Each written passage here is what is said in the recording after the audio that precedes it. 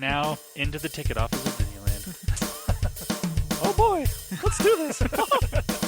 Don't think the CIA is going to be trying to hack your second-gen iPod. I didn't think so. There might have been a lot of illegal music on there. I wouldn't doubt it. But, I mean... You were supposed to bring death to the flagships, not join them. Google has found a new way to piss me off. iTunes is a constant source of embarrassment. Behind-the-scenes camera crap. Here, tell us about courage, Phil. Tell us about courage. I am Nadella. I can't do it anymore without laughing. I was going to do the whole thing.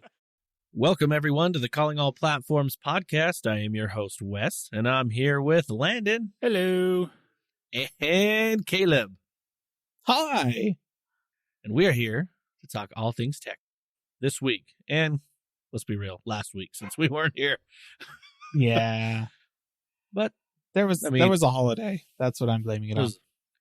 That's pretty much what it was. And yeah, it was a holiday. So, all right. Well, let's get into this episode, shall we? Let's go ahead and take a look at our fancy new list here that we have. Oh, yeah. Hot off the press here. I mean, the paper's still warm on this one. We're going to go dive into Apple. Looks like Apple's got an event here that's coming up this Tuesday. We have some expectations and predictions. I mean, my expectation is that Caleb has some predictions. That's a reasonable expectation. So, listener, it's the beginning of September. I'm not sure if you noticed. Yeah. That means Apple's going to be releasing their new iPhones. This is how it has been since, like, the iPhone 4, I want to say. I think it's been since the iPhone 4. They've been doing it at the beginning of September. Might have been the 3GS. Can't remember exactly. Point is, it's happening. Tuesday, September the 12th. By the time you're listening to this podcast, it's like might be happening right now. So go over to YouTube and you can watch the stream. Or don't do that, in fact, because it's probably going to be really boring because their iPhone events have been pretty friggin' dull the past few years because the iPhone itself isn't... Okay, let's just talk about what I am expecting from this event. So a Pixel. There. Oh wait. No, that's the phone that I might be buying instead of an iPhone come October. Anyways, wow, you heard it here. Ooh.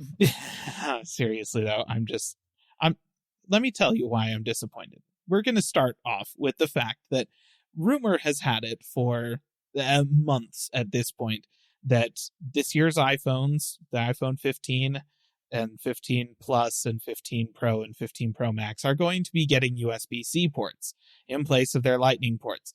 This is a report that is actually coming from credible sources this year, as opposed to all the previous years where it was just wishful thinking.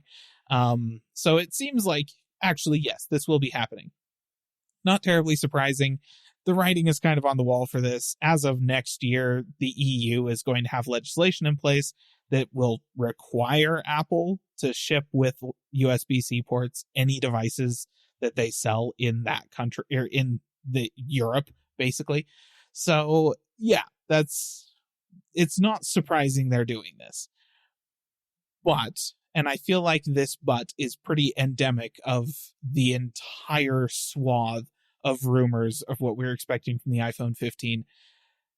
Just because it's a USB-C port doesn't mean it's a USB-C port, okay? Not all USB-C ports are created equal, listener. You may be aware of this. If you have a pair of Bluetooth headphones, there's a really good chance that the USB-C port on your Bluetooth headphones is only doing two things. It's delivering power to recharge the batteries, and if your headphones do support a wired mode, it's got two more pins in that connector that are hooked up so that it can connect to a 3.5mm headphone jack on the other end of the cable, and you can plug it in and listen to music wired. That's it. That's all that USB-C port is doing. It won't do fast data transfer. It won't let you plug in PCIe devices. It won't let you plug in external displays, yada, yada, yada. Okay?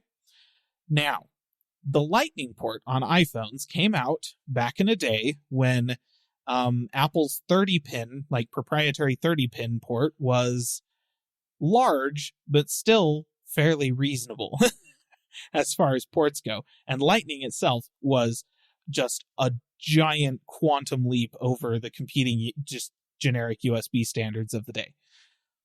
But that was also this era of USB 2.0, which was, great when it came out. It's really slow by today's standards.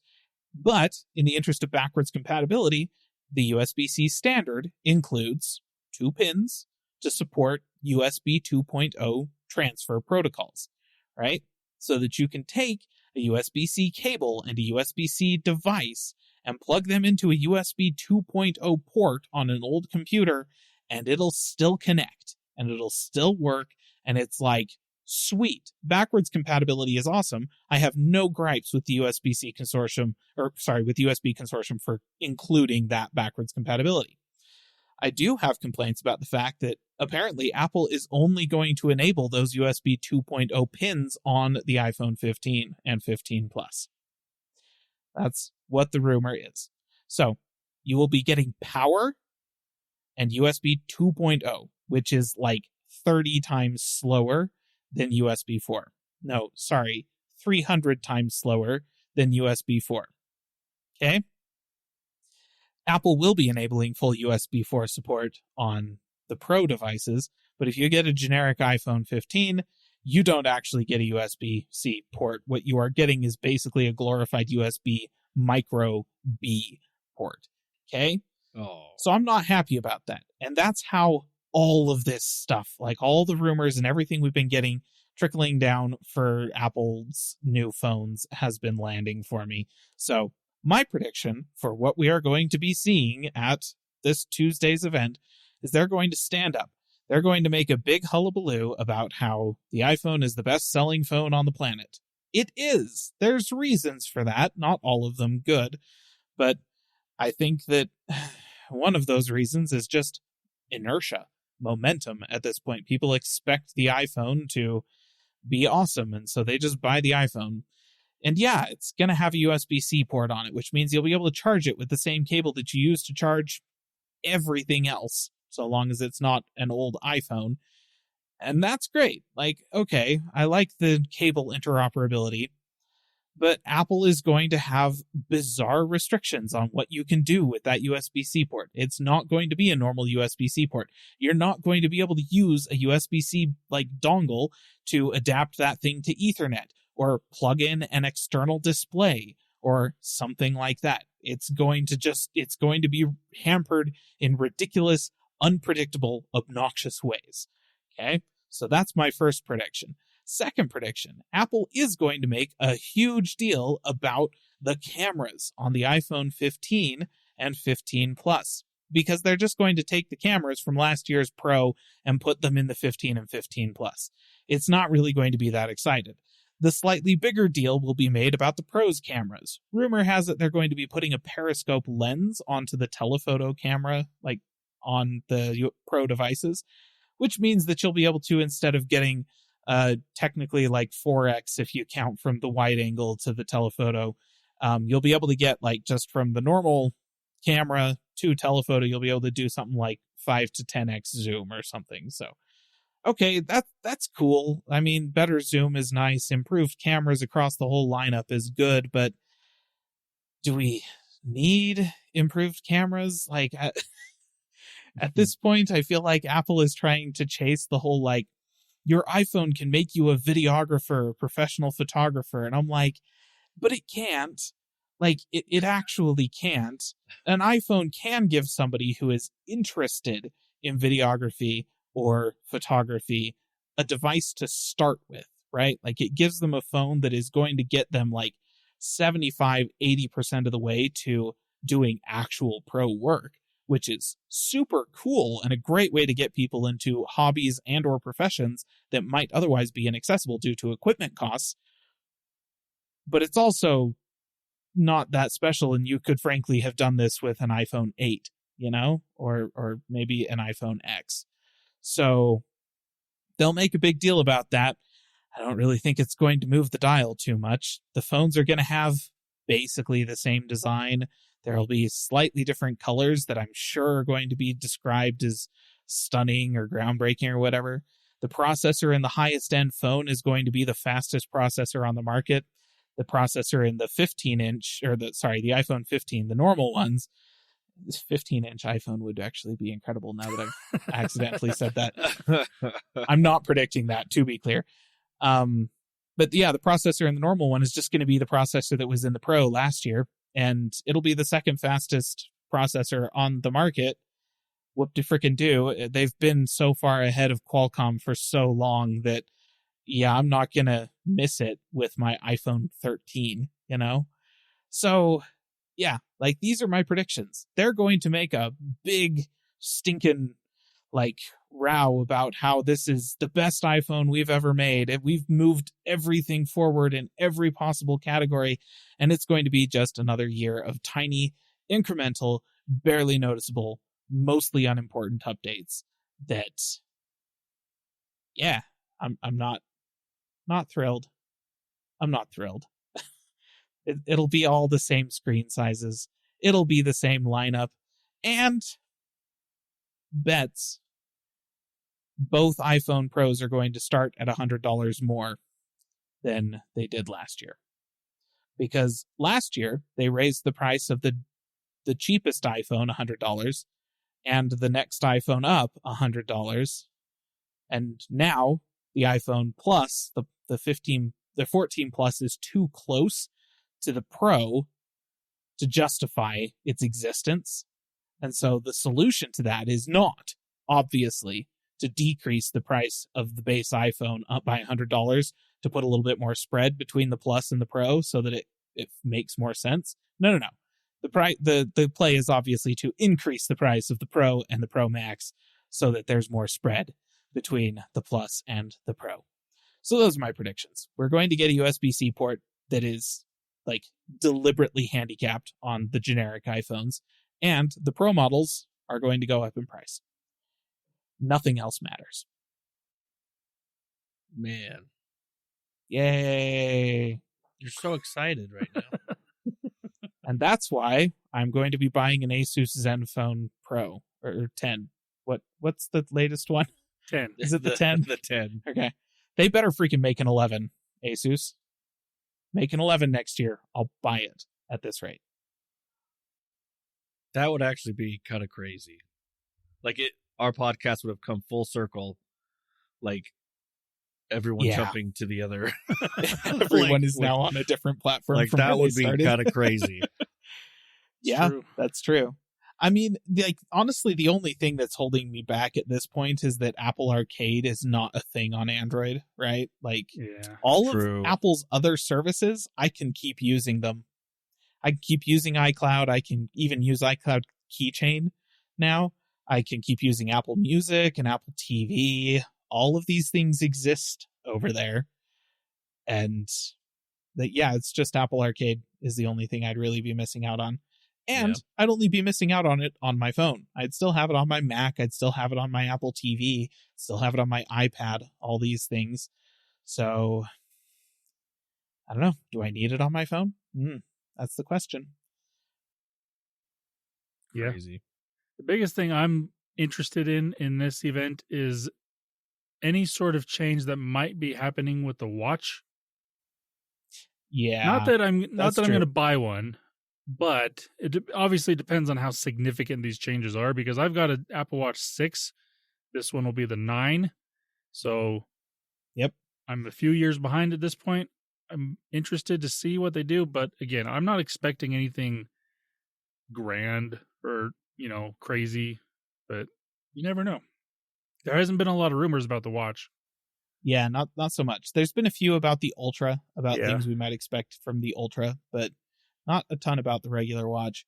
Which, like, to be clear, if they just make some minor incremental improvements to the watch and sell it for the same price as they were selling it last year, that's fine. Yeah. I have no problems with incremental updates to a device, just so long as you don't start charging more money for it, as if you did nothing to this thing and now it's more expensive. How does that make sense, Apple?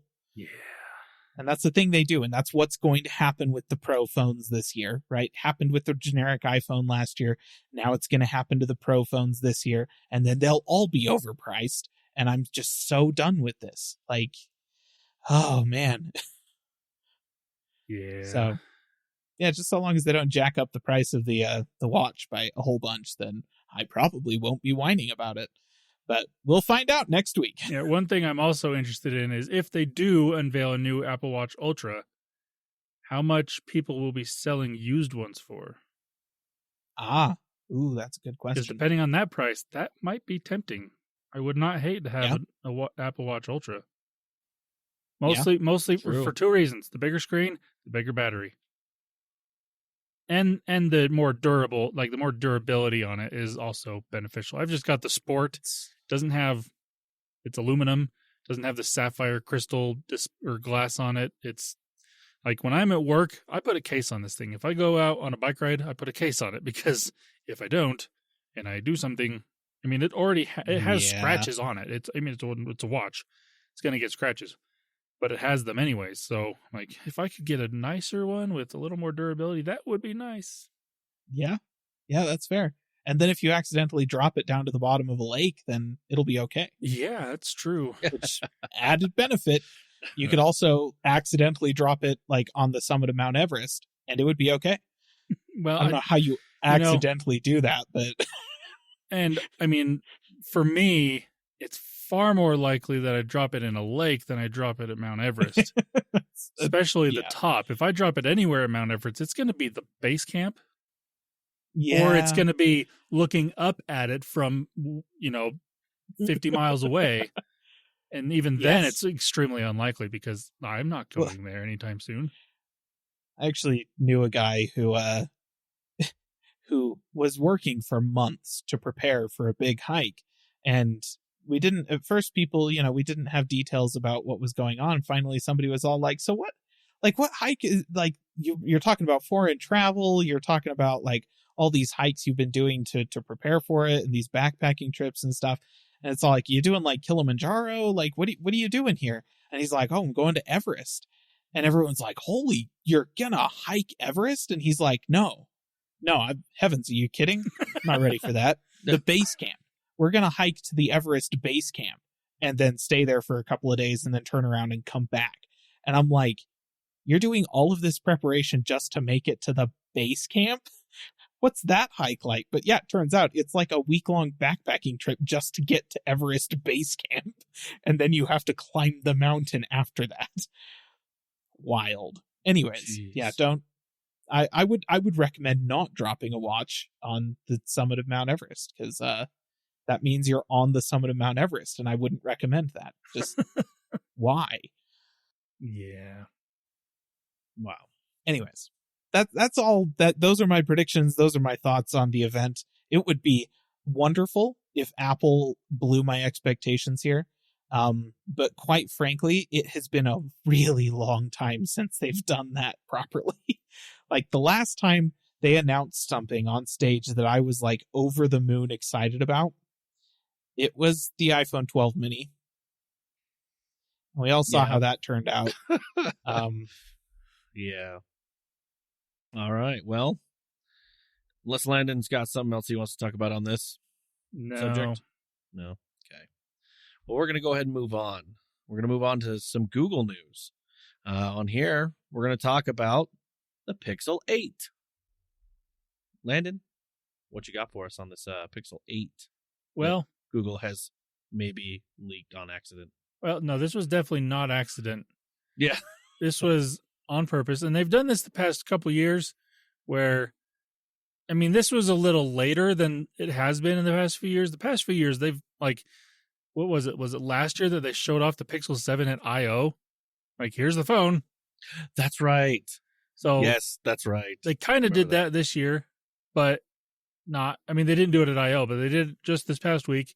They put out a teaser video announcing the date for the announcement, which is going to be October 4th for Pixel 8 and the Pixel Watch 2. And then who knows what else they're, they might have something up their sleeves, or they might show off another tablet that comes out in 5 years. I don't know. But so this little teaser does show off what the Pixel 8, the Pixel 8 Pro, and the Pixel Watch 2 look like. The Pixel Watch 2, if you didn't know that's what you're looking at, you would probably think, oh, it's just a Pixel Watch, because that's what it looks like. Yeah. The Pixel 8 and Pixel 8 Pro also very similar to the Pixel 7 and 7 Pro. So that's it for that. We've got, if you really want to know what they look like, they're showing off the phones in a white color and a pink color. Both look pretty good, but they're Pixel phones. So there's that. And yeah, October 4th, that's the day that we will be seeing the official announcement of these devices. So Google's just all right, doing what they normally do and be like, hey, here's the pre-announcement of the announcement. Yep. I don't fully understand why they do it, but I guess maybe it's because they know that these images are going to get leaked out anyways. I mean, they already were, but Google is the worst with keeping secrets on any of their stuff. It's true. So I guess, just showing it off themselves makes some sense. I mean, I'm interested to see what they have. I mean, I'm going to assume it's just going to be like the same increments, like for per one. So like I don't feel that this is something I'll be too interested in, just because I've already got the 7. So right. I usually wait. I'm on the odd cycle, the odd number. So 9 I'd be interested in. But there you go. I mean, we obviously don't know. Well, I haven't cared to look up rumors that much on the Pixel devices. If you really do care, you probably know everything about these phones already. But I'm not expecting massive updates, but hopefully more than what the iPhone's going to do. But I'm not even expecting bigger than that. So, just so long as they don't jack up the price. I mean, that's not bad. Heck, if they jack up the price, they're still cheaper than the iPhone. That's so true. So Gosh true. dang it. Apple, why do you make this so easy for everybody else? To be fair, I also blame Samsung. That's true, actually. Yeah. Oh man, they are expensive. Friggin' A. All right, well, let's go ahead and move on to the next subject here. Pixel Pass, and it's going away. Yeah. Landen? Listener, in case you had forgotten about Pixel Pass, because I kind of did. I did too, and I have a Pixel. I totally. I mean, So, they let me know of it every 3 months, but then it stopped. Oh yeah, so it's funny because if you don't know what Pixel Pass was, it's kind of like what Apple has done with the iPhone upgrade program, where you pay a monthly fee and you could upgrade your phone. The way Apple's works is you pay a monthly fee for the phone and you can update it every year and just keep paying that same monthly fee, depending on if you get the same price point phone, Right. The way Google's worked is you would pay a certain amount of money for the phone, and you'd also get with it the premium versions of YouTube and Google Play Pass and also Google One. So you got a little extra stuff involved with that, with the phone. And it wasn't a bad deal. And the way that this one worked is it was every 2 years, after 2 years, your phone would be paid off. Or I think you could upgrade every year and just keep paying that. But after 2 years, the phone would be paid off. The best part about this is they introduced this with the Pixel 6 22 months ago. So they didn't even make it that full 2 years that they said the phones would be paid off in. Oh, jeez. Oh man. Yeah. I didn't realize that. It's amazing. The things Google does and kills. It's just, it's ridiculous. Now, they are saying that if you had bought a Pixel 6 or a Pixel 7 with this plan in mind, that you can stay on that plan until the phone is paid off. And then you'll be able to get the services that come with it for a discounted price, is what they say. How long that offer is going to go for, I don't know. Yeah. But that's what they're saying. And you will also get $100 gift card to the Google Store, basically to buy another Pixel device or something from, hardware from them. So right. That's okay. But yeah, I just find it really funny that this didn't even make it a full 2 years that they said the plan was for. Man. Yeah, it kind of. I looked into it actually. Now that I remember, because I was like, oh, I already have the YouTube Premium, Right. and then I'm like, oh, I was looking at maybe doing the OneDrive for just like the smallest amount, and I'm like, well, and then Pixel Pass wouldn't be too bad. But then I was like, oh, this would be great, and then I found out they don't have a family plan for any of it. Right. So I was like, oh, well, I'm stick with what I got, I guess. It was kind of lame. Yeah. That's no longer a thing. I kind of wish that they would do something like what Apple does, where it's just for the phone. Just, Yeah. you do your monthly payment for what the phone would cost, and if you want to upgrade after a year, you can. If you don't, you just keep paying it off. And then once it's paid off, you're done. Yep. But they're not going to do that because, I don't know, they're jerks, I guess. Who knows? It's Google. We're used to this, though. I know it's becoming an even bigger problem than it was in the past. Like it's to the point where you can't trust anything Google puts out service wise. Like, True. it's like, is it going to be here in a year and a half? Is it going to be here in a year? You know, like Stadia didn't even make it a year, did it? Like a year and a half, maybe. It was nothing. It was just over a year. It's like, okay, you're putting out stuff that's, decent ideas. People like them, but then you're like, oh, never mind. We're going to kill it. And apparently, I can't remember where I heard this, but someone said that they were informed from someone that works at Google that if something is not making them, what was it? Was it $1 billion? I can't remember. Not $1 billion. It was like a certain amount of money. They're just going to kill it. Like, that's just stupid. You're making so much money elsewhere. You have plenty of money to just do random crap, which, I mean, to be fair, they do a bunch of random crap. But let some of it keep going. The stuff that people like, the people use. I don't know. Yeah. I mean, Google basically is kind of the poster child for everyone's argument about how, like, digital content purchasing and stuff like that is super sketchy and how did we ever let ourselves get onto this timeline? But, like, they raised those concerns over iTunes, over Steam, stuff like that, and those are still around. They're fine. They're going strong. It's just But yeah, Google services do kind of tend to get kiboshed fairly regularly. At this point, I'm kind of like, at what point is Gmail going to go away? Well, like, Gmail how much makes money are they honestly making off of? Yeah, but how much? I guess the data mining is a big part of what is profitable about Gmail to them. But yeah, they killed Inbox. They're not going to kill Gmail, which I'm still very upset about. I loved Inbox, and they still have not brought all the features over that they said they would. Inbox was great. Oh man. But yeah, there's just another thing that Google had to kill. Freaking, gosh. Has it been added to the graveyard yet? Oh, I'm sure it has. I can check really quick, but yeah, I'd be gonna surprised. I'm already checking. Curious, is it? Let's see. Oh, right. Gosh dang, I've forgotten that Google Domains was also getting the chop. Oh. Which that made me upset too, because I have like 3 or 4 different domains I bought from Google Domains. Yeah, I didn't mention that on the podcast because I didn't necessarily think it was relevant, but yeah. But no, that's gonna die in 19 days. I'd totally forgotten about that. Yeah, they sold that Holy infrastructure over to Squarespace.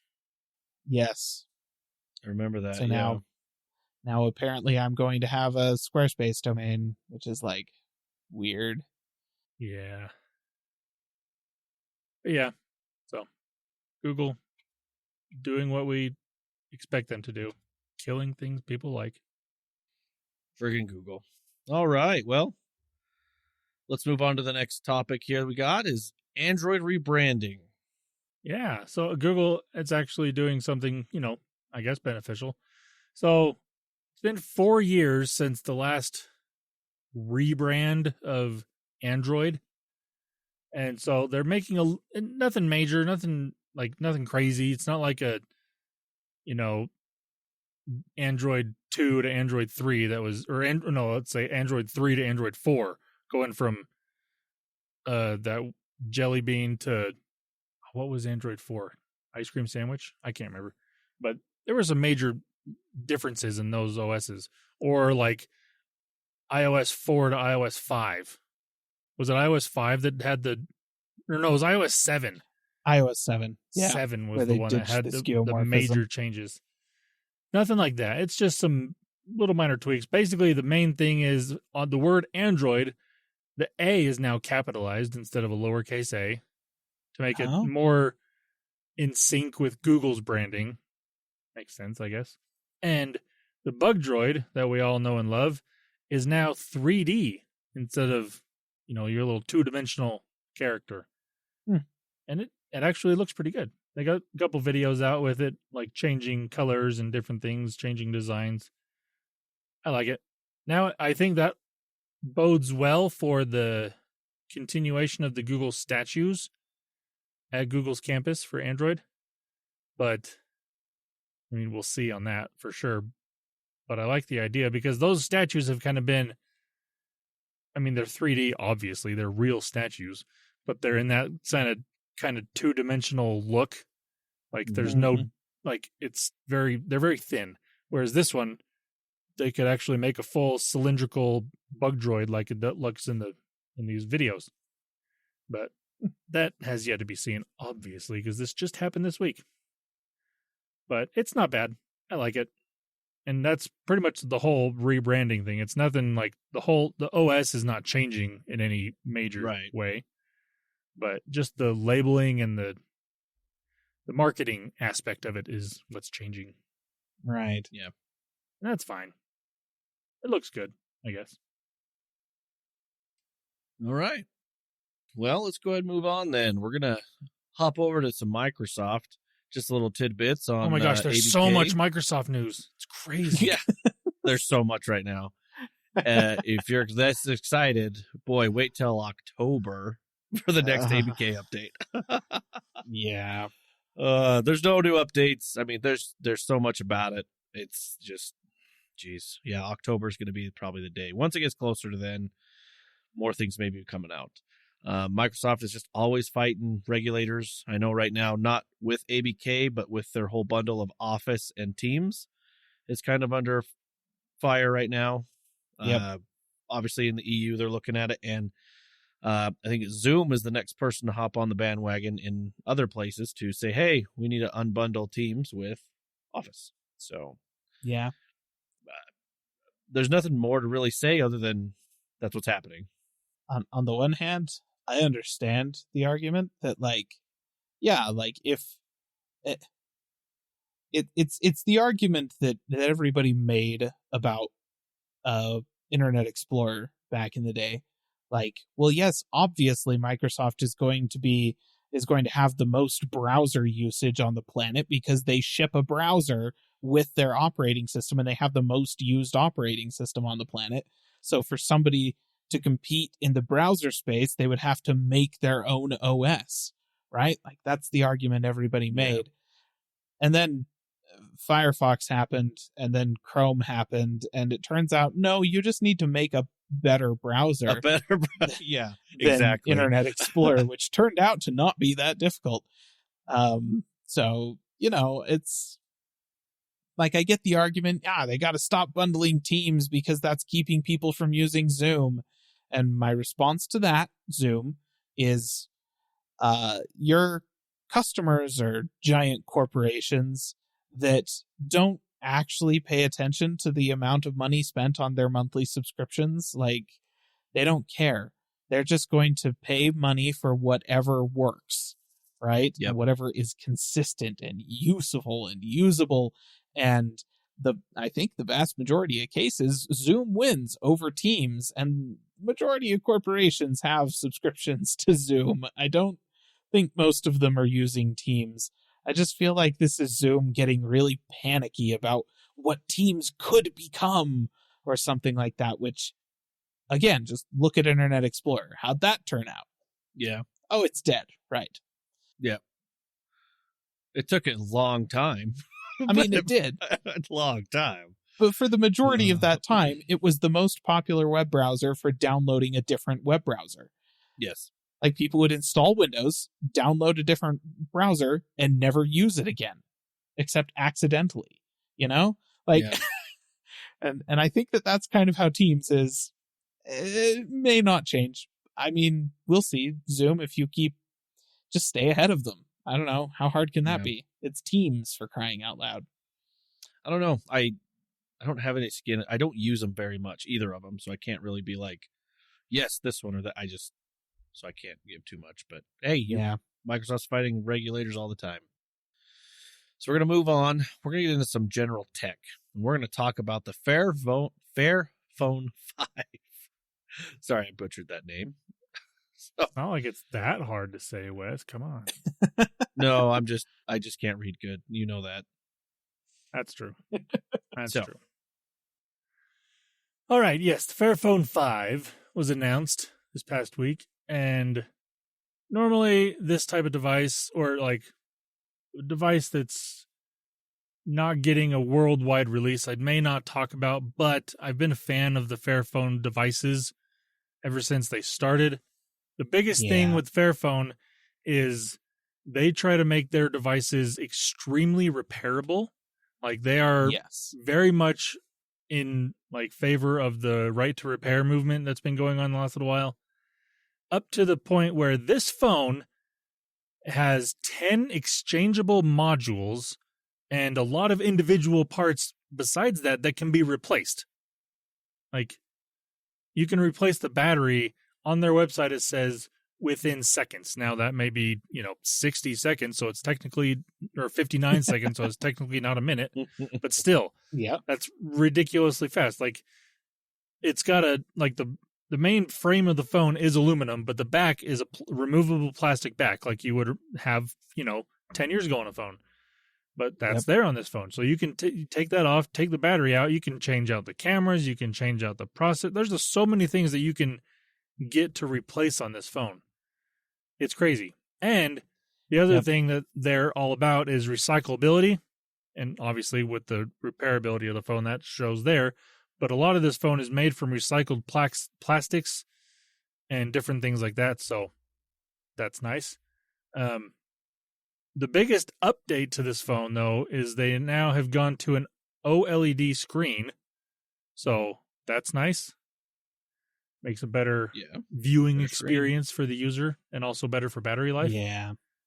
And another thing that they're offering with this phone is 5 OS updates and 8 years of security patches promised, with potentially extending that up to 10 years, they say. Yeah.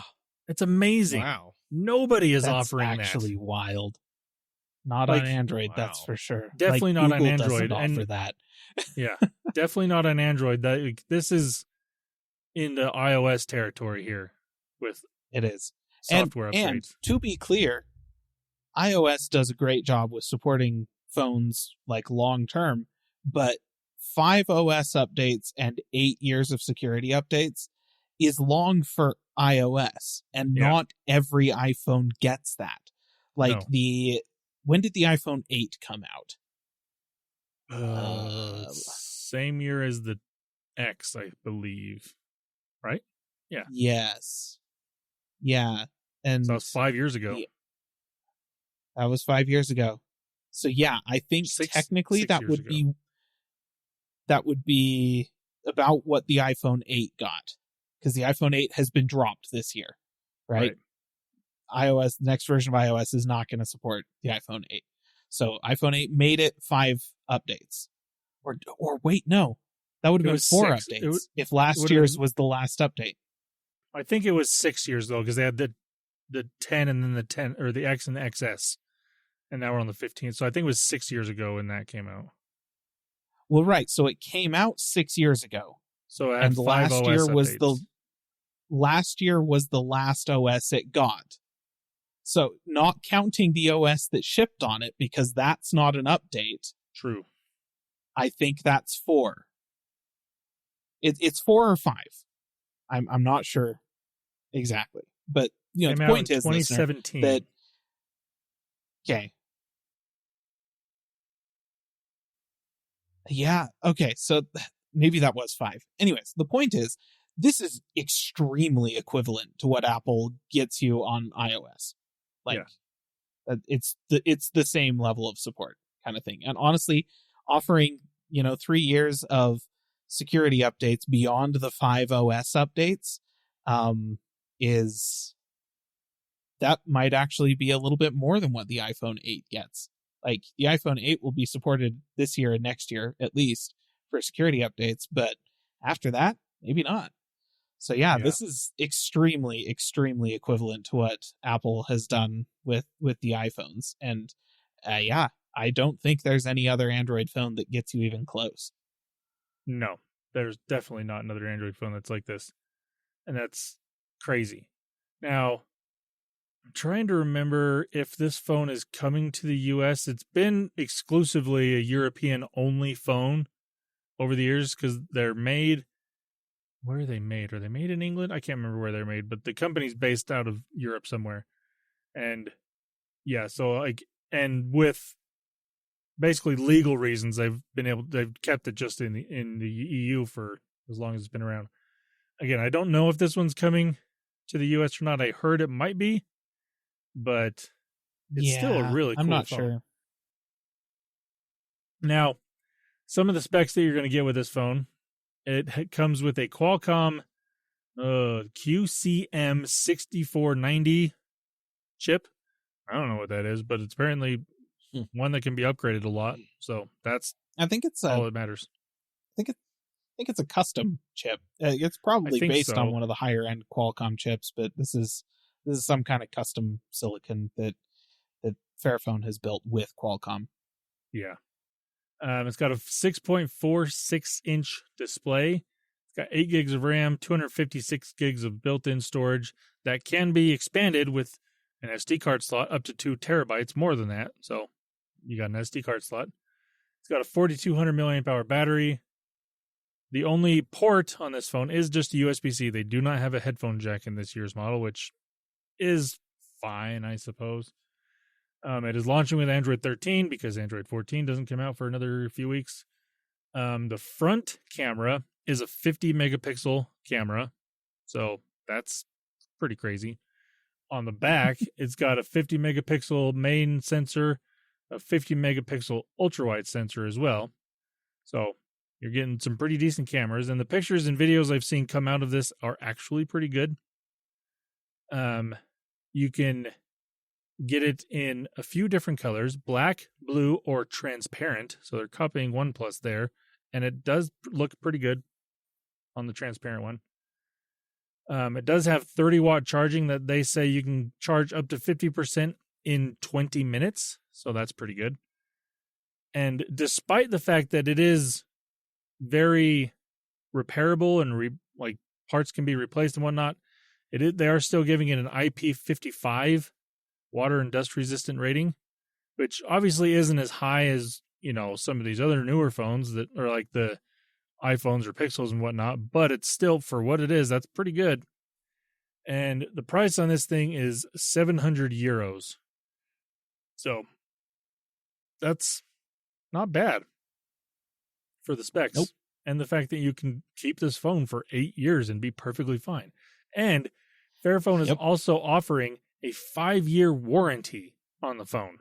Now, what that warranty includes, I'm not entirely sure, but it's Fairphone. So, I mean, if something goes out on your phone, they're going to have parts to replace it for you for relatively cheap forever, probably. So, yep. I mean, it's crazy. I love what these guys are doing. I love seeing more phones. I'm glad that they're still going for the last it's been more than 5 years because the Fairphone 4 came out 2 years ago. So they've been around for a while. It's kind of an every other year cadence with the Fairphones. Like, they don't quite do it every year, but that sort of makes sense from a sustainability standpoint because, they don't want to encourage everybody to upgrade their phone every year because that's bad for the planet. And their whole thing is don't buy a new phone every year. So Why would they release a new one every year? That wouldn't make sense. So that's good. I'm glad they don't Yeah. do that. And like I was saying, like replacement wise, like this article I'm reading says you can get a new battery for this thing for 40 euros, a new screen for 100, and a new back cover for 25. Like, I mean, you get a new screen, a new bad. battery for your phone for $150 roughly. That thing will last you another 3 or 4 years just with that. That's basically a new phone at that point Yeah, for most people. it's ridiculous and amazing. I love it. I love to see stuff like this. So Fairphone, Yeah. you keep doing this because it's great. That's cool. All right. Unless anyone has anything else they want to say about the Fairphone 5. Hey, you said it right. Good job. I did. I was practicing the Hey. entire time while you were talking. It's just on mute over there. We see his mouth over Fairphone 5. Fairphone 5. Fairphone. Fairphone 5. Oh, you knew me too well. All right, let's move on to some AMD news. AMD, the 7800 XT, and the 7700 XT launch. Caleb. All right. So, listener, a little bit ago, about a month ago, we talked about how AMD had announced the RX 7800 XT and the 7700 XT graphics cards to round out the middle of their 7000 series Radeon lineup. Now, they're out. This past week, they launched, review videos went live, and everybody had a big old, yeah, all right, about it. Like, that was, Yeah. though, to be clear, the reception of the last GPU launch, which was the RTX 4060 Ti and 4060, was just the sound of explosive diarrhea in a public restroom. Whoa, This that's is a bad. huge improvement. You know, when pretty much the entire tech world comes together and says, you know what? The 7800 XT is actually pretty decent. And nobody has giant hot takes about how horrible it is, and nobody's whining at AMD for their pricing or anything like that. Like, they just made a product that is an okay product and sold it without insulting any of their customers or angering anybody in the news coverage space. And that's great. Good job, AMD. You managed to not trip over this bar that we left lying on the floor. Like, that's how low the bar was. There was no way you could possibly get under it, but you managed not to trip on it, like NVIDIA did and has been doing repeatedly. They trip over it, they stand up, they move it forward, and then they deliberately trip on it again. It's been really frustrating. So, Yeah. just to summarize, the 7800 XT is not like a budget gaming powerhouse. It costs $500. Okay. It's a mid-range card, kind of expensive for a mid-range card, but considering that the 6800 XT costs, I think, $650, $500 is not bad. The mid-range is actually costing a little bit closer to what we would expect mid-range graphics cards to cost. And that's good. I'm happy about that. It also delivers a significant improvement in performance over the 7800 non-XT. Okay, so the 6800 non-XT. The 6800 XT is closer in performance to the 7800 XT than anyone thinks it should be, and quite frankly, if the 7800 XT had just been called the 7800 and released for $450, I think a lot of people would be like, actually, the bang for your buck on this card is super good, and it's finally somebody is selling a card that, you know, power, like frames per dollar, actually makes sense in the year of our Lord 2023. That's not quite what happened. It still hurts a little bit to have it cost what it does, and they're still calling it an XT model. So I don't know, you know, like it's not all sunshine and roses here, but mostly we don't feel like we've been actively insulted by AMD, and that is just a nice change of pace. That being said, the 7700 XT does cost $450, is not as powerful as it should be at that price, probably should cost $50 less than it does, at least. And there seems to be a lot of folks out there that think that the 7700 XT was released to make the 7800 XT look better by comparison. So, okay, AMD's not perfect either, but at least they're not actively flipping us both birds as they drive off in a wagon full of money. Yeah. So that's about the most positive thing I've said about a graphics card launch in Check's watch about 4 years. So that's good job, AMD, I guess. Actually, longer than 4 years, because before the pandemic and all of that nonsense, there was the crypto thing. It's been since like 2017 that graphics cards made sense, you know? So yeah, that's a long time. Which is why it's been since 2017 since I've upgraded my graphics card, and why I'm still running an RX 580. Which Jeez. hurts. I mean, I'm only running actually. 1060, so on That's NVIDIA true. side. So, Yeah, it does kind of hurt, but we'll get into why that is later. So yeah, I don't. That's pretty much all there is to say about these cards. Like, in terms of performance, they're pretty decent 1440p gaming cards.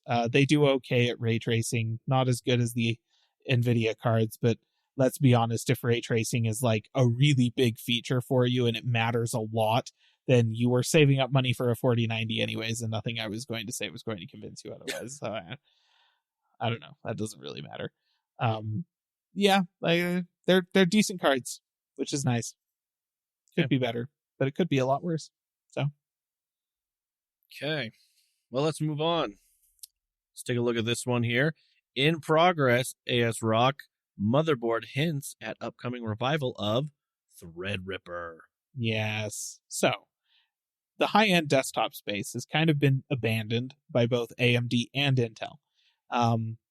That happened when AMD started releasing Ryzen processors and followed those up immediately after with Threadripper processors, which basically took Intel's entire lineup of high-end desktop processors out behind the woodshed and, like, mercilessly executed them with a sawed-off shotgun. It was not pretty, and Intel released like one generation of HEDP processors after that, and Threadripper did 2 more generations. We got like 3rd generation of Threadripper. But then AMD also kind of, by releasing the 16-core variation of their consumer-grade Ryzen chips, sort of took Threadripper out behind the woodshed and then executed that with a sawed-off shotgun. Because, like, let's be honest, there's not a very large market of people who need to do ridiculous amounts of processing, but wouldn't be better served with a GPU, you know?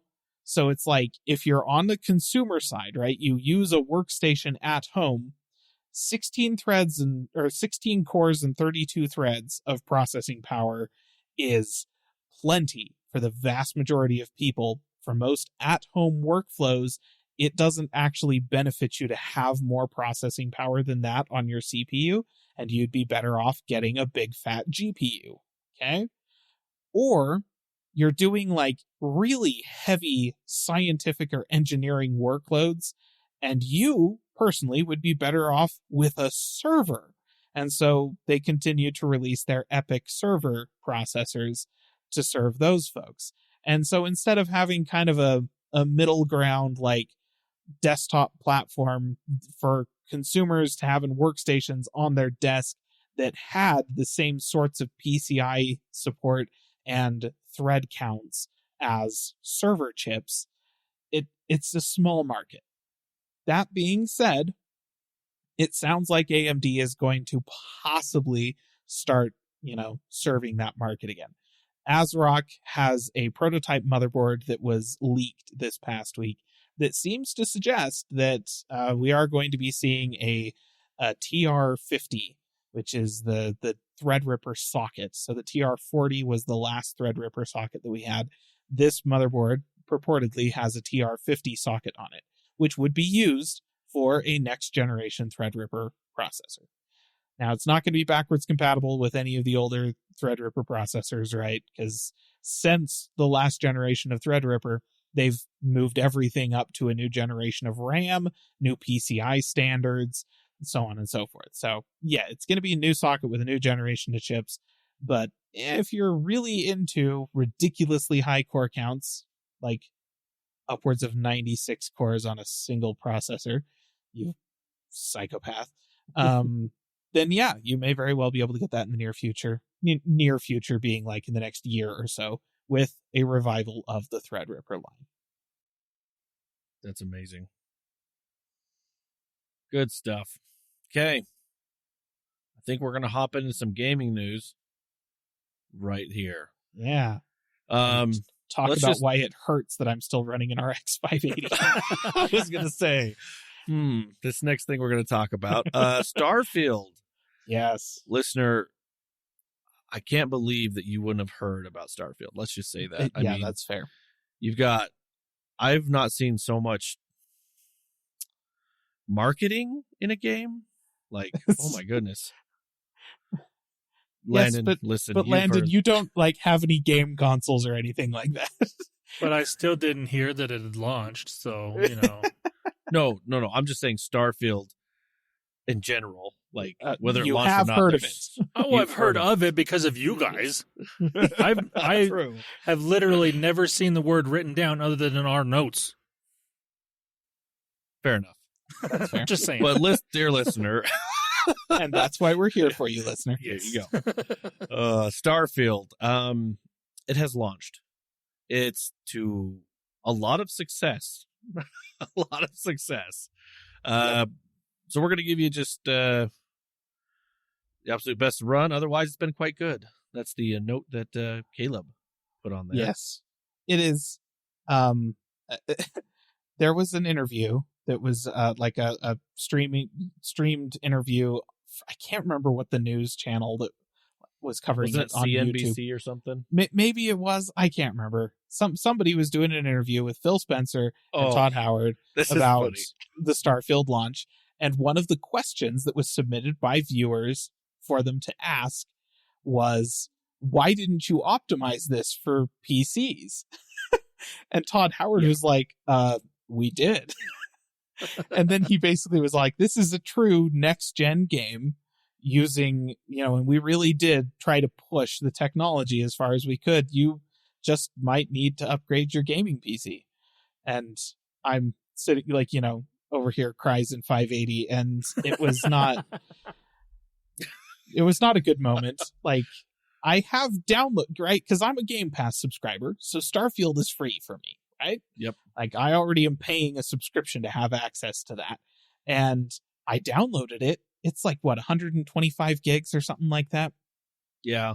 Yes. I have an SSD in my gaming PC, but it doesn't have 125 gigs of free space on it. So I downloaded that to one of the hard drives in my computer that has it was terabytes. actually 140. I just want to correct you. It's 140.19 Okay. gigs. So Perfect. Perfect. So I installed it onto one of my hard drives, because I have terabytes of free space on my hard drives. That's what they're there for. And generally speaking, it doesn't make that big of a difference to run a game off of a hard drive versus off of an SSD. You have slightly longer loading times. It's not that big of a deal. Okay. I can deal with that. And then I went and looked at the minimum system requirements for Starfield after I'd already downloaded it. And it did say that an AMD Ryzen 2600 XT, which is what I have, is okay. That's the lowest processor that is recommended for the game. I'm like, just barely scraped past that. The lowest tier GPU that they were suggesting was like, I want to say like the a RX 5700. 5700, not even the 5600, the 5700, which is several years newer than my GPU and a class tier higher than my GPU. And I was like, oh, that's not good. And they're recommending that one specifically because it does have 8 gigs of VRAM as well. And my RX 580, they made 2 versions of that card. One had 8 gigs of VRAM, one has 4. So, yeah, I have the 4 gigabyte version. That's not great. Also, SSD. It specifically called out a solid state drive as one of the requirements for the minimum system spec. I haven't tried to run the game yet, but I'm genuinely curious to see what's going to happen when it launches. Because technically, the API it requires is DirectX 12, and my 580 supports DirectX 12. So, like, theoretically, all of the technology that the game needs to launch is present in my system. It's just going to run like a dog.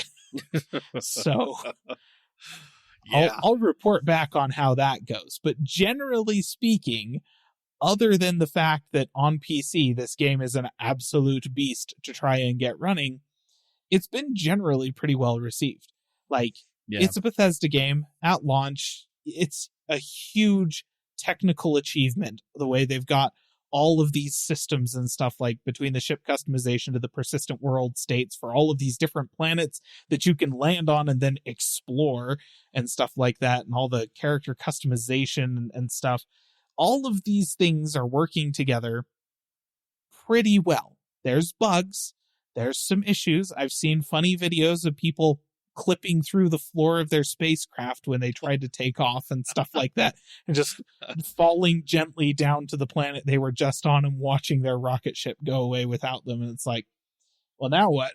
Yeah, what do you do? So I've seen stuff like that. It is happening, but so far nothing game breaking, and it's not like a hilarious number of awful bugs the way that Cyberpunk 2077 was when it launched. Right.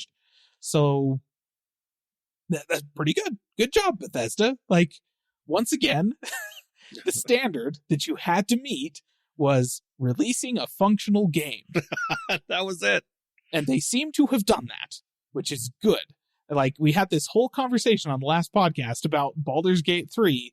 Everybody was super excited about it because, yes, it is an extremely complex and very well-written, deep, character-driven RPG, which is super cool to see. We haven't ever seen anything quite like it. But also, it's just a finished game, at finished. Launch that actually works, and everyone was super thrilled about that. And I was all like, there's your bar, Bethesda. That's what you got to manage. And it looks like they did it. So, good job. Like, even if all of the role-playing elements in the story turn out to just be bog-standard Skyrim in space, I don't think anybody's going to be upset at this point. It's a complicated game. It looks really good, has a ton of customization in it, and it works. That's what you want. That it works. You paid your $60 to $70 or subscription, and it works. Yep. With the correct. By the way, get an SSD. I actually watched somebody install it on the hard drive that was an SSD. Yeah. Well, wow. And the best part of it is that, like, the hard drive that it's installed on is, it's a fairly large, I think like 4 terabyte hard drive or something like that. Mm-hmm. And the more terabytes there are in a hard drive, the slightly slower the read speeds get. Yes. Because, the seeking takes longer for heads to get into position to actually read what's on the disks. It's not like a huge difference, but suffice it to say that I have one of the slower hard drives, too, that you could be running this thing off of. And the only way that you'd get any slower than what I currently have it installed on is if you were to run it off of, like, an actual pants archival hard drive that was running at, like, 5,400 RPM. Oh, man. It's not that bad, but still, it's not going to be great.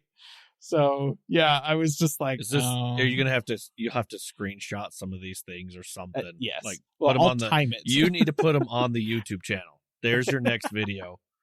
That would be great. Starfield on my latest at my screen, do a time lapse of like click start, see how long it takes. Dude, that'd be perfect content right there. I would love to see that. See how awesome it runs. Yeah, I'm sure it'll be great. Like, to be clear, when they say minimum system requirements, listener, like, if you are in a similar state as me, don't panic just yet. Minimum system requirement means 1080p medium settings. Okay? And you'll be able to run at like a 60 frames per second or even a little bit higher. That's what the minimum system requirement is geared toward. If you are willing to drop below medium settings and or willing to drop below 1080p as your rendering resolution, you might be able to run it on significantly worse hardware. So that's what I'm hoping. But I'll follow up and let you know whether or not that actually works. I'm really excited actually to hear about this. I mean, you could always test it. My 580 is actually a good deal faster than your 1060. So It is. It really is. No, I saw. Let's see. What was it that it needed? Here, let me go back. Go back for it was the NVIDIA, RX the 57. GeForce. Oh, It's yeah. the 1070 Ti is the minimum for that. Mine, I have the 1060. That's it. No Ti. The 3 gig. The You have 3 the gig. 3 gig 1060. Like, Yep. you might not even have enough VRAM to render the menu of this game, you know? Exactly. Oh, boy. Exactly. I did pre-install it on my Series X on the Xbox. I just haven't. Yeah. When I finally dive into it, I want to have some time, like a few hours. Right. Because from what I've heard, it's like to get to where the game actually takes off is like 10, maybe 20 hours in. Like finally takes like, so that's why I'm like, I want to have the time to learn some things before, so I will somehow get time. We'll see. But maybe when Starfield 2 comes. Good luck. I don't know. We'll see. I was going to say, I'm still sitting over here like, if Starfield doesn't run, that's okay. I still have to finish Divinity Original Sin 2 and then play Baldur's Gate 3 and then before Starfield's even on my list. Like, so far behind. Dude, yeah. All right, well, we're going to move on. We're going to talk about the Xbox September update.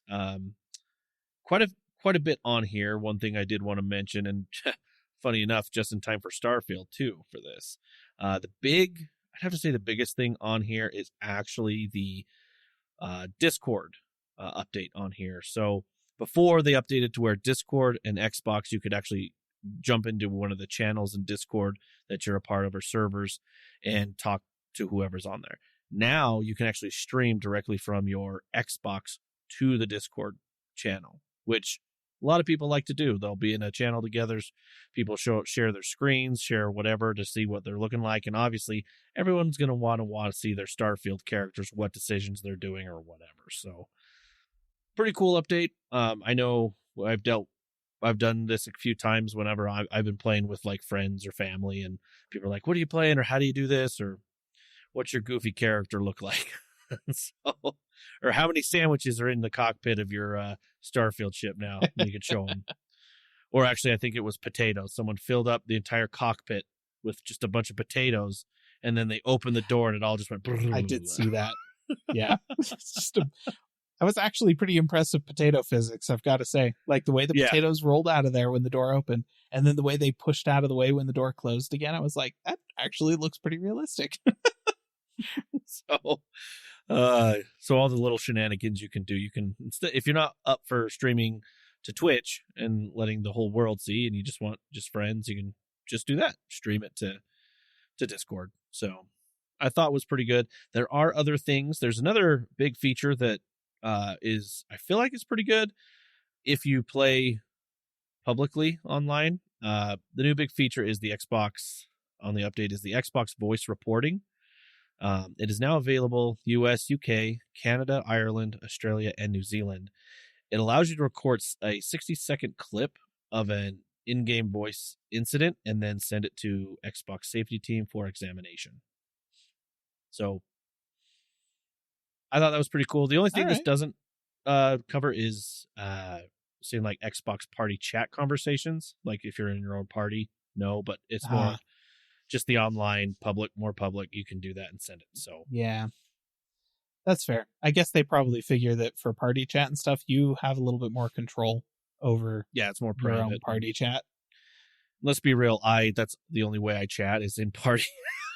That's very true. Yeah, you just get some interesting public voice comms people. or yeah. The next thing on the update is the new variable refresh rate, the VRR. So the Series X and S owners can now choose to disable VRR for entertainment experiences.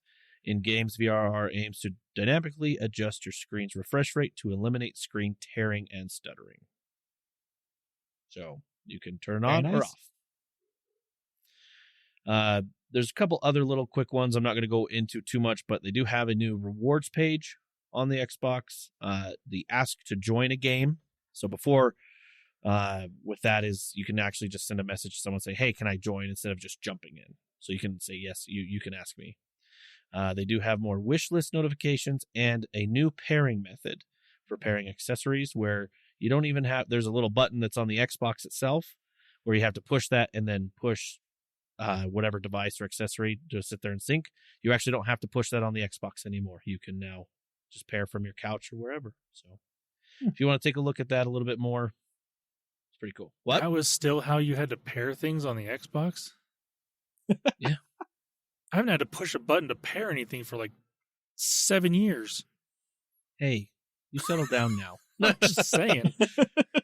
Mr. Non-console over there. Listen. No. Maybe like a $25 Bluetooth speaker from China. I had to do that too, but From China. Nice. other than that, everything just shows up in my phone. Oh, pair it. Okay, there we go. Thanks. All right, just let's saying. talk about the next thing.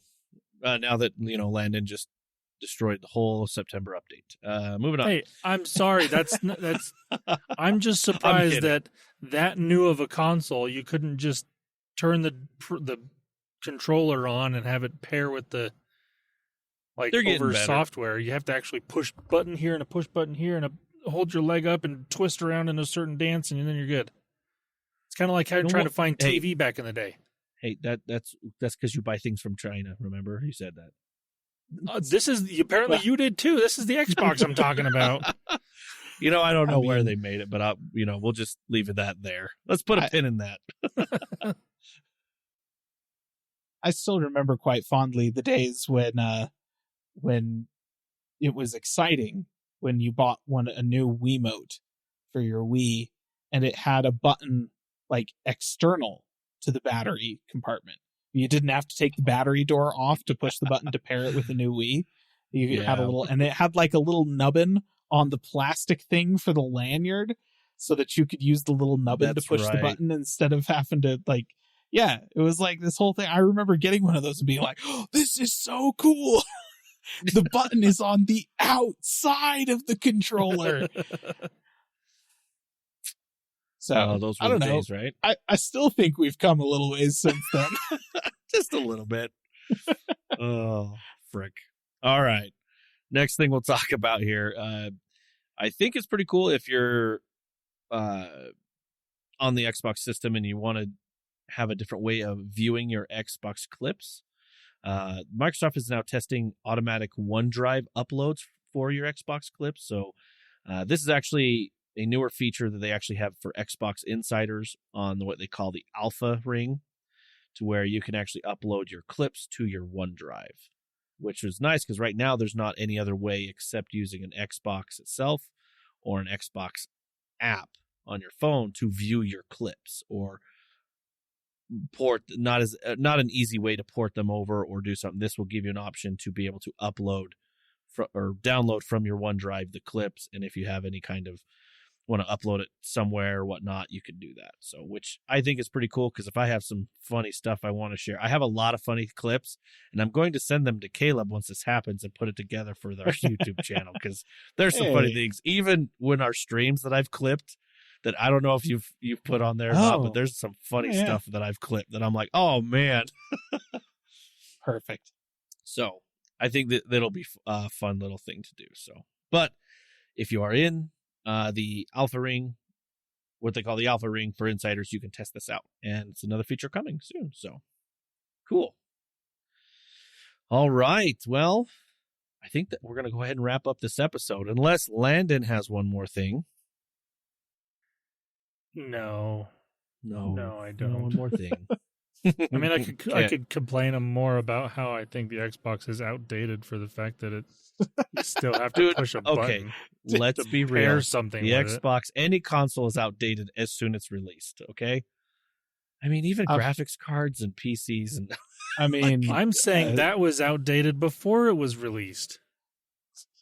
Actually, I will say that upon the release of the Series X and the PlayStation 5, pretty much everyone agreed that if there was one thing that the Xbox actually was behind on, it was the controller.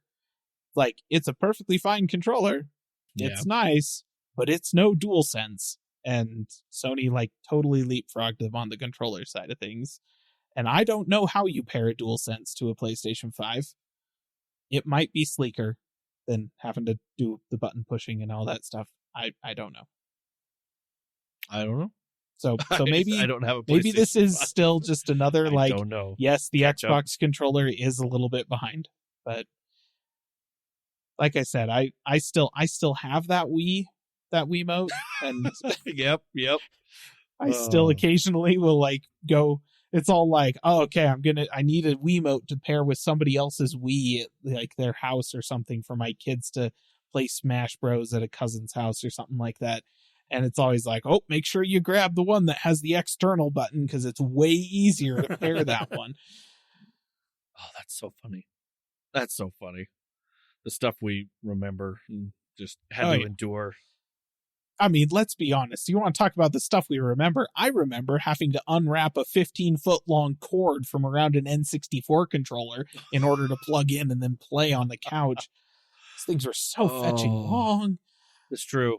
But do you remember when you had all the friends, and so you'd have I went to a friend's house where they had the Nintendo 64 on the middle of the floor so that everyone's controllers could reach to the couch. Yep. And so, but then the wires were just barely touching the back Yeah. of the TV. Yeah. Yes. Or the best then, was when like, it was and in the even front. still, the inputs and outputs in the front of the TV. Yes. You're like, you get so much more reach. because the TV was like 2 or 3 feet deep. So like, yeah, you would get like an extra 2 to 3 feet of like real estate off of your cords by having inputs on the front of the thing. Oh, so much better. And that way you didn't have to unplug your VCR in order to plug in your That's right. N64. Like that was totally a thing that I had to do on several TVs. It's like, oh, you want to play on a game console now? You got to reach around the back and unplug the VCR and then plug in the. Oh man. And then when you had that one friend that it's like the parents upstairs had the TV, the big screen TV that no one was allowed on, but finally dad gave in and said we could hook up the N64 on the big screen TV. That night was so awesome. Yes. 007 GoldenEye. Yep. Yep. And and there'd pizza. Somebody would order, there'd be Little Caesars and you'd have like bags of potato chips sitting there. And it was like, this is just cans of Mountain Nirvana. For a 90s kid. Oh man. The stacks that we'd always have a wall where we'd start stacking the Mountain Dew or Pepsi or whatever cans to see if we could touch the wall however many deep. Oh man. Oh dear. Nerds, I know. I think this is how you know that the episode is over, listener. We just totally nerded out. Dear All listener, we'd like to thank you for listening. I did find out how to pair a DualSense controller to a PS5. Oh, did you? Okay. I was curious. So, to pair a DualSense controller, wireless controller to a PS5 console, you plug it into the console and turn it on. Okay. And then it is paired. And you can, once it's charged fully enough, you can unplug it and play. So that's the same as an Xbox. So cool. Yeah. So you still have to walk up to the thing and. Yeah, you have to walk up, plug it in. You actually have to interact with the console still in order to pair it. What was this thing about pushing 2 buttons at the same time? So you can either do the thing you just said. So you have a USB that connects directly to the top, a USB-C to the top of the controller that goes into the Xbox. That's one way to pair. The second way to pair is at the top of the button here. There's a button that you would push and hold on the controller, and then a button on the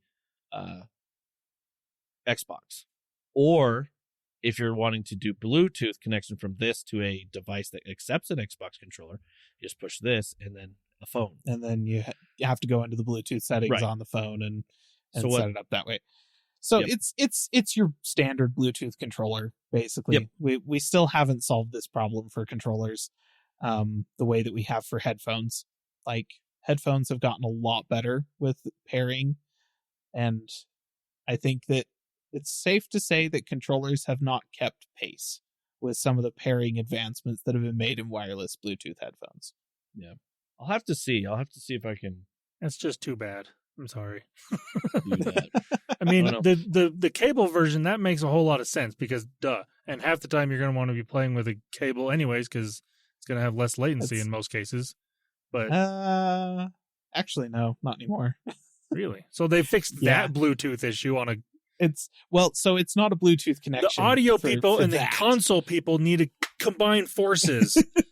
They do, actually, because the wireless connection for most gaming mice, high-end keyboards, and game controllers that are connecting to dedicated pieces of hardware like a game console or like the dongles that you plug into the back, like for your mouse that you plug into the back of your computer. Like this Logitech mouse that I'm using here is not using Bluetooth to connect to my Mac. It is using a dongle because the dongle is significantly faster than Bluetooth is. And it's basically near as makes no difference the same speed as a wired connection would be. And so for the Xbox controller to connect to the Xbox itself, it's using basically Wi-Fi, like a new version, Wi-Fi 6 or something equivalent speed, 2.4 gigahertz wireless connection that is, as near as makes no difference, the same latency as a wire would be. So unless you were using like an optical connection, which would be faster, but also, can you imagine draping an optical cable through the middle of your living room just to play? That seems sketchy. I just find it strange that, like, I could understand if it's a third-party controller for either console having issues pairing it, but why can't Microsoft or Sony do what, like, Apple does or what Google does with their headphones and make it just when you turn it on, it automatically just works? Yeah.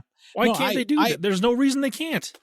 I think agree. This is the progress towards that. They're getting there. This is not, I mean, well, technically, yes, it is progress, but this is like 10 years ago progress. They're getting there. This is very much a case where, like, on the one hand, you have the headphone makers that are using Bluetooth because they need something that's really low energy, but they've put a lot of time and effort into making the pairing process seamless so that people won't be upset about the fact that they're using Bluetooth. And then you have the controller side of things where they've put a lot of time and effort into making a wireless connection that doesn't have the same latency issues as Bluetooth, because people would get really upset about that if there was high latency on their game controller, but they have not put time and effort into making the pairing process seamless. And so if you're pairing via Bluetooth, you still have to go through the rigmarole of the Bluetooth pairing mode and Bluetooth settings. If you're pairing it with the console, it's the same basic thing. You can either plug the thing in like a first generation Apple Pencil, or you can do the, sync up the 2 button pushes, because that's just how we've been doing things ever since wireless controllers were a thing.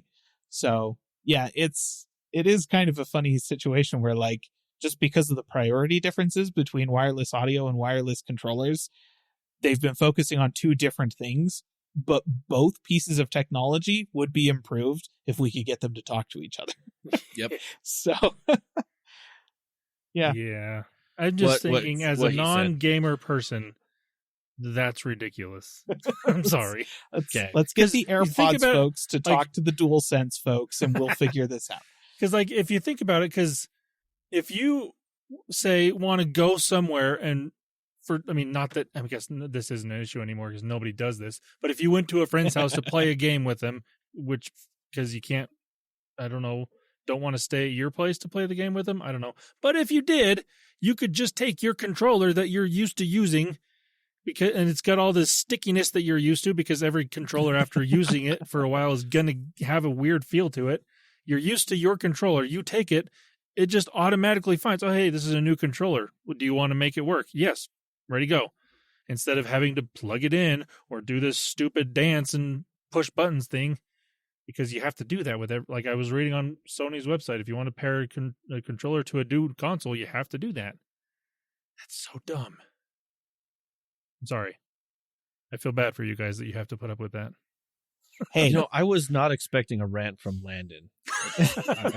I wasn't either. I was not expecting. I wasn't expecting this.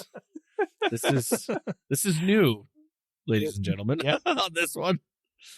On something that literally has no effect on me whatsoever. I just No, feel bad that's for what- you yeah. guys. I feel bad for anybody that is in the gaming world that has to put up with this every time they buy a new console. That's crazy. Anyway, so we're at the end of the episode. If you can't tell, listener, and if you're still here, we appreciate you. Anyway, so we appreciate you listening, dear listener. You can, if you want to get a hold of us, you can at our social media platforms as well as callingallplatforms.com. If you want to check out any videos, you can head over to YouTube, videos that we have up there on our YouTube channel, Calling All Platforms Tech and Calling All Platforms Gaming. All right, dear listener, have a good week. Bye-bye. See ya. Calling All Platforms is a production of Supporter Sound Studios. To learn more about how you can support the podcast, go to www.patreon.com/callingallplatforms.